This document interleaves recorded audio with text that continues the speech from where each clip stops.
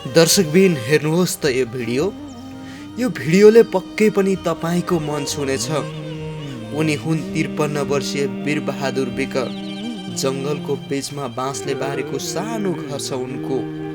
12 वर्षको उमेरदेखि उनले घन्टौँदै आइरहेका छन्। हामीले उहाँसँग केही अन्तरङ्गी कुराकानी गरेका छौँ। भिडियो मन परे सेयर गरिदिनु होला है। आज हामी गोर्खा जिल्लाको पालुन्टार वडा नम्बर 6 मा आइपुगिसकेका छौँ र यहाँ आरनमा एकजना काम गर्ने दाइसँग आज हामी विशेष रूपमा कुरा गर्नेछौँ, किनकि पछिल्लो समयमा फलामका भाँडा कसरी बन्छ भन्ने अहिलेका युवा पुस्तामा त्यो कुरा पनि थाहा छैन र यहाँ कति वर्षदेखि गर्दै आउनु भएको छ यो काम, यो विषयमा पनि आज हामी उहाँसँग विशेष रूपमा कुराकानी गर्नेछौँ। हजुरको नाम चाहिँ? मेरो वीरबहादुर विका। अनि तपाईँले यो जुन यो काम छ, यो काम चाहिँ तपाईँले कति वर्षदेखि गर्दै आउनुभयो? मैले 12 वर्षदेखिको मेरो भेनाले सिक्थेँ, काम गर्थेँ। अनि हेरी यसरी यसो गर्नु हुँदो रहेछ, उसो गर्नु हुँदो रहेछ भनेर यस्तो यस्तो काम गरेको मैले। सानो तपाईँको बाउ बाजेले पनि यही काम गर्नुहुन्थ्यो कि? बाले गर्नुहुन्थेन, बाले सुन बनाउनुहुन्थ्यो, बाजेले नि सुन बनाउनुहुन्थ्यो, मैले मात्रै यस्तो काम गरेको। अनि जुन यो काम गर्दा चाहिँ अहिलेका युवा पुस्तामा त फलामको भाँडा कसरी बन्छ त्यो कुरा पनि थाहा छैन। तपाईँले चाहिँ यही 12 वर्षदेखि यही पेसालाई निरन्तरता दिँदै आउनुभएको छ। यो पेसा चाहिँ कतिको गाह्रो छ? तपाईँले गरेका सामानहरू कतिको बिक्री हुन्छ कि हुँदैन? यसको बजार व्यवस्थापन कस्तो छ? अहिले बाबु बजारको बजारी आहा, गाउँमा अब त्यही 10-8 घर त्यति काम गर्छु, 10-8 घर काम गर्छु। अनि यस्तै बालबच्चाहरू पाल्ने काम गर्छु। अनि अरू त काम गर्न सकिनँ, पहिलादेखि सानोदेखि यस्तै पेसा गरेको, अब अरू काम गर्न सकिनँ, यस्तै काम गर्ने हो मैले। अनि बालबच्चालाई यसरी परेर भुर्काएको छु। तपाईँको परिवारमा चाहिँ को हुनुहुन्छ? मेरो परिवारमा 3 भाइ छोरा हो, 2 बहिनी छोरी हो। कता कता गए, अहिले नाता नातिनी पालेको छु, बसेको छु। कता कता गयो भन्नाले किन उहाँहरू सम्पर्कविहीन हुनुहुन्छ र? सम्पर्कमा कतै अब कोही घाटोनतिर छन्, त्यस्तैतिर कतै जागिरी खाना गएछन् भन्छन्, घर आउने होइन, कमाउँछन् उतै रमाउँछन्, त्यस्तै छ समस्या। घरतिर पैसा त पठाउनुहुन्छ होला नि त? कहिले पठाउँछन्, मन लागे पठाउँछन्, कहिले पठाउँदैनन्। तपाईँको जुन घरको खर्च तपाईँले गर्नुभएको कामले चाहिँ खर्च धानेको छ त? आफै त बिस्तारै धानेको छ, बिस्तारै बेसी दुःख गरेको छु।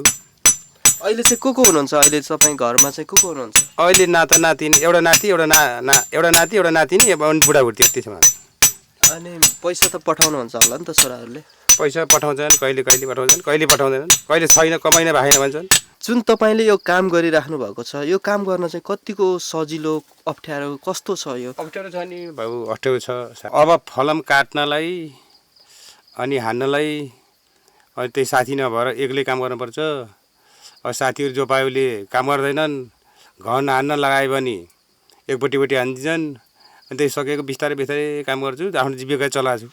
कति वर्षको हुनुभयो हजुर चाहिँ? म अहिले 53 वर्ष भएँ। 53 वर्षसम्म पनि घन हानिराख्नु भएको छ? 53 वर्ष भएँ। अब चाहिँ तपाईँका छोरा नातिहरूले चाहिँ यो कामलाई चाहिँ गर्छन् कि गर्दैनन्? अब आउने पुस्ताले गर्दैनन्। उनीहरू त यस्तो कोइलाहरू हाल भने पनि पहिला हात हेर्छन्, हात हेरेर त्यहाँबाट कोइला हाल्दैनन्। वनमा जाऊँ, यस्तो साथीहरू यस्तो मुढो काट्न जाऊँ बाबुहरू भन्यो भने हुन्छ अहिले जाउँला भन्छन्, छोडेर हिँड्छन्। किन अनि तपाईँले चाहिँ आफ्नो छोराहरूलाई सिकाउनतिर लाग्नु भएन? लागेनन्, उनीहरू सिक्दैनन्।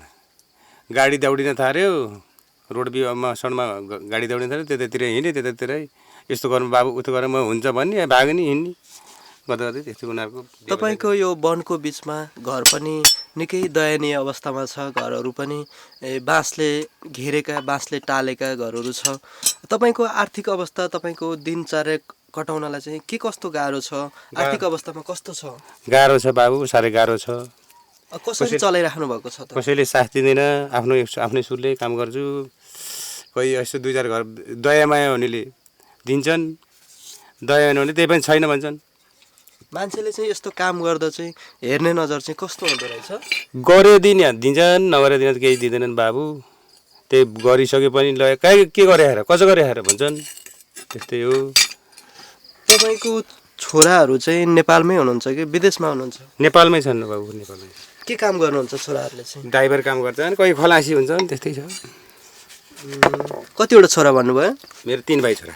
3 भाइ छोरामा सबै ड्राइभर बाहिरै हुनुहुन्छ? हजुर, ड्राइभर खलासी बाहिरै छन् बाबु। तपाईँलाई चाहिँ यहाँसम्म आउँदा चाहिँ कस्तो लाग्छ जिन्दगी चाहिँ के रहेछ कस्तो कसरी हेर्नु भएको छ कहिले त बाबु प्रेसर हाई छ प्रेसर लो छ कहिले त यस्तो काम गर्दै गर्दै त्यसै ढल्न खोज्छु अनि औषधि खायो त्यतिकै जिन्दगी गरेको अब कुन दिन के गर्ने हो थाहा छैन